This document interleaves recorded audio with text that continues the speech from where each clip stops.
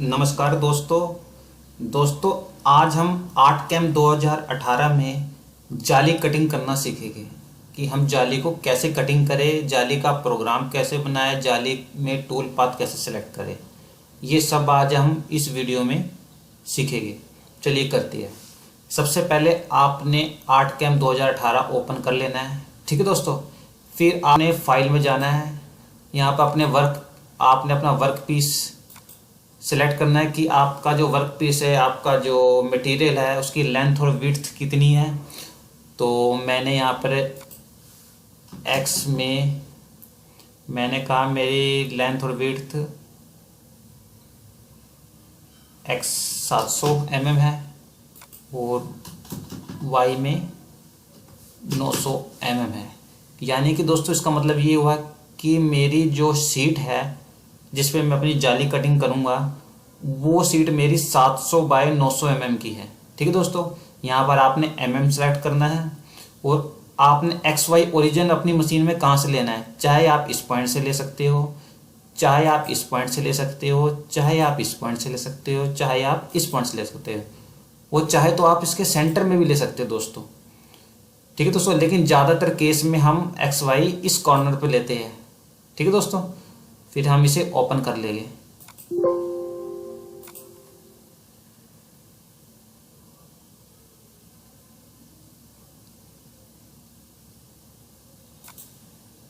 तो दोस्तों ये पेज ओपन हो गया है। यहाँ पे हम 2D व्यू में जाएंगे, ठीक है दोस्तों। ये हमारा 700 बाय 900 का पेज ओपन हो गया है, यानी कि ये आपका वर्क पीस है, ठीक है दोस्तों। अब इसके ऊपर हम जाली कटिंग करेंगे।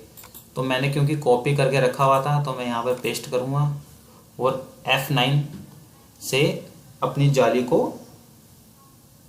वर्क पीस के सेंटर में ले आऊँगा, ठीक है दोस्तों। ठीक है दोस्तों, आप चाहे तो इस जाली का साइज को बड़ा घटा भी सकते हो। आपने क्या करना है दोस्तों, इसे जाली को सिलेक्ट करना है और यहाँ देख लो दोस्तों ट्रांसफॉर्मेशन, इसकी सहायता से आपने अपनी जाली के साइज छोटा बड़ा कर सकते हो, ठीक है दोस्तों। तो ये मेरा जाली का साइज सेलेक्ट हो चुका है। मैं इसे बंद करूँगा, ठीक है दोस्तों। अब हम इसमें टूल पाथ जनरेट करेंगे। वो कैसे करेंगे, देखिए दोस्तों, आपने सबसे पहले इस कंप्लीट जाली को सिलेक्ट कर लेना है, ठीक है। फिर इसके बाद आपने टूल पाथ में जाना है और इसके लिए हम 2D टूल पाथ यूज करेंगे। 2D टूल पाथ में प्रोफाइल टूल को सिलेक्ट करेंगे, ठीक है। और फिर दोस्तों आपने यहाँ पर प्रोफाइल में फर्स्ट ऑप्शन में आउटसाइड ही सिलेक्ट करना है। आउटसाइड सेलेक्ट करने से ये फायदा होता है, जो आपका टूल चलेगा, ये जो आपका मॉडल है, ये जो आपका डिजाइन है, इसके अंदर चलेगा टूल और बाहर से जब आउटर कटिंग होगी तो वो बाहर से करेगा, ठीक है दोस्तों। तो आपने ध्यान रखना है जब भी आप जाली को सिलेक्ट करोगे तो आपने यहाँ पर आउटसाइड ही रखना है, ठीक है दोस्तों।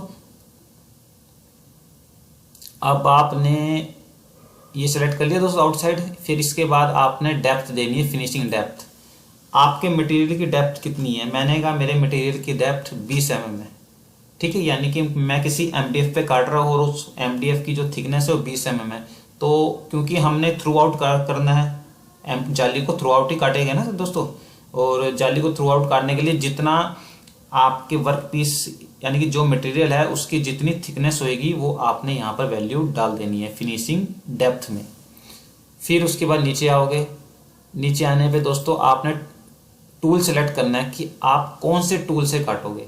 मैंने कहा मैंने 3 mm की एंड मिल से काटना है, ठीक है। मैं यहाँ 3 mm के एंड मिल को सिलेक्ट करूँगा, ये सिलेक्ट हो गया, ठीक है। अब आपने इस 3 mm के एंड मिल के पैरामीटर में जाना है। यहाँ पे क्लिक करोगे तो ये आपको पैरामीटर आ जाएंगे, ठीक है। आपने स्टेप ओवर में कुछ नहीं करना है। स्टेप डाउन में आप अपने अकॉर्डिंग डेप्थ ऑफ कट दे सकते हो।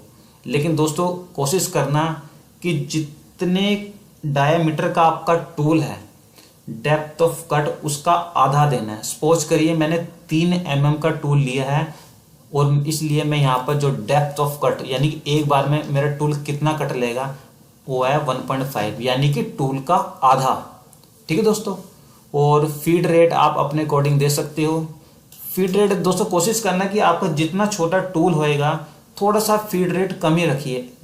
ज़्यादातर केस में तो हम 100% ही रखते हैं, बट क्योंकि हमारा टूल का डायमीटर काफ़ी छोटा है तो इसलिए हम यहाँ पर 70% की फीड रेट देंगे। ठीक है दोस्तों। प्लंज रेट यहाँ पर हम 40 दे देंगे। ठीक है। प्लंज रेट का मतलब दोस्तों एक मिनट, फीड रेट का मतलब होता है दोस्तों टूल की चाल, कि टूल आपका कितनी स्पीड से मूव करेगा आपके वर्क पीस के ऊपर। और प्लंज रेट का मतलब होता है कि जब आपका टूल डेप्थ में जाएगा यानी कि वर्क पीस के अंदर एंट्री लेगा तो उसकी स्पीड क्या होगी। तो जितना टूल ज़्यादा छोटा रहेगा तो आप प्लंज फीड रेट कम दे सकते हो, 20 भी दे सकते हो, 30 भी दे सकते हो। क्योंकि ये MDF है तो मैं 40% दे सकता हूँ। ठीक है दोस्तों। फिर इसके बाद स्पिंडल स्पीड, मैंने यहाँ स्पिंडल स्पीड 15,000 दे दी है। अगर आपके स्पिंडल की क्षमता 18,000 RPM की है, 20,000 RPM की, तो आप उसके अकॉर्डिंग दे सकते हो। ठीक, तो आप यहाँ पे 18,000 की RPM भी दे सकते हो। अब आप नीचे आओगे, नीचे आने के बाद दोस्तों हाँ ये देखिए ऐड रैंपिंग।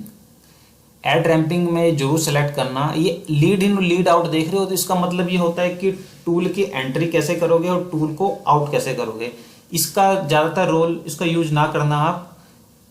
ठीक है दोस्तों। तो ये बिगनर के लिए तो अभी ठीक नहीं रहेगा, तो उसके लिए आप ये ऐड रैंपिंग यूज कीजिए। ऐड रैंपिंग में आप ऐड करोगे, वो यहाँ पर मैक्सिमम एंगल 10, आप 15 भी दे सकते हो, 20 भी दे सकते हो। वो जो इनबिल्ट है वो रहने देना। ठीक है।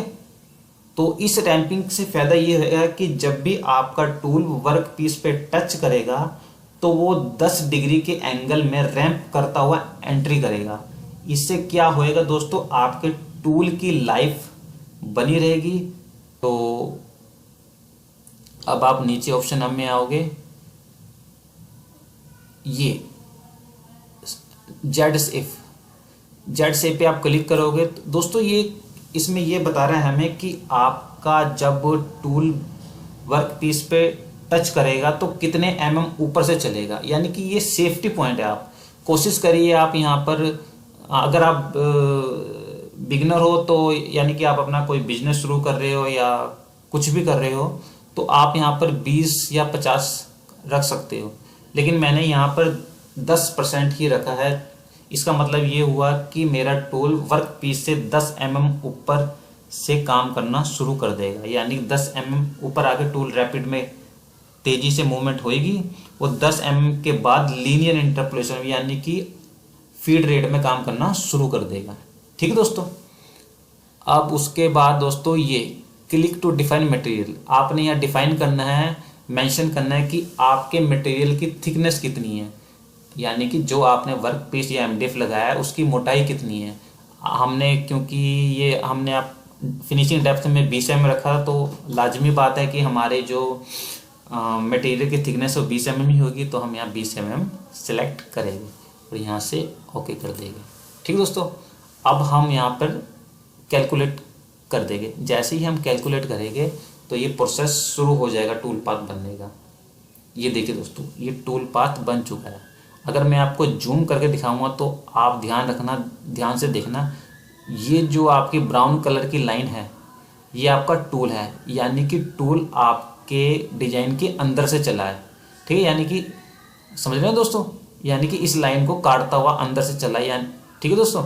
और अगर आप आउटर की बात करते हो, अगर हम इसका आउटर देखते हैं जाली का, तो ये हम जाली का आउटर देखो दोस्तों, इसने जाली का आउटर है जो बाहर से काटा है, तो इसलिए आप हमेशा आउटसाइड ही सेलेक्ट कीजिए। इससे क्या होएगा दोस्तों, जो टूल है आपके डिजाइन के अंदर से चलेगा और जो प्रोफाइल बाहर से काटेगा वो टूल आपकी प्रोफाइल के बाहर से चलेगा।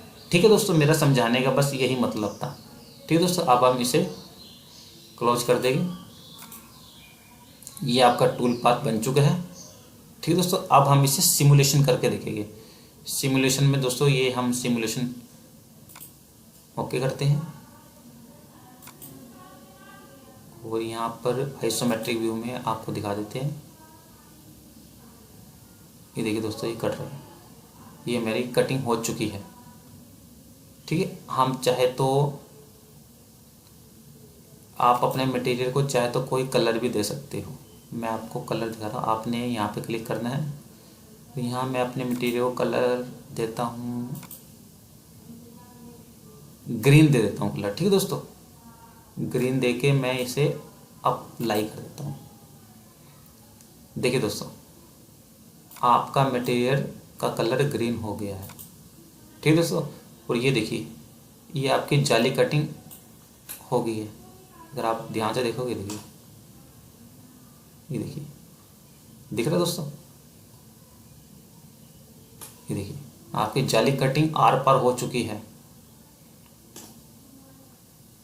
ठीक है दोस्तों, आपको ऐसा लग रहा है कि कुछ जाली आपको समझ में नहीं आ रहा होगा कि जाली कैसी बनी है। अगर आपने उसे एकदम 3D व्यू में देखना है तो उसके लिए क्या करना है, आपने यहाँ पर देखो दोस्तों, डिलीट वेस्ट मटेरियल, तो इस पर आपने क्लिक करना है। ठीक है दोस्तों, अगर आप चाहते हो कि मेरा, तो यहाँ आपने कीप पिक्ड मटेरियल पे ओके करना है, और आपने उस मटेरियल को सिलेक्ट करना है जो आपको चाहिए। हमें ये मटेरियल चाहिए ना हमें, तो हम जैसे इस पर सिलेक्ट करेंगे तो जो हमारा वेस्ट मटेरियल है वो डिलीट हो जाएगा अपने आप। ये देखिए दोस्तों, ये आपकी जाली,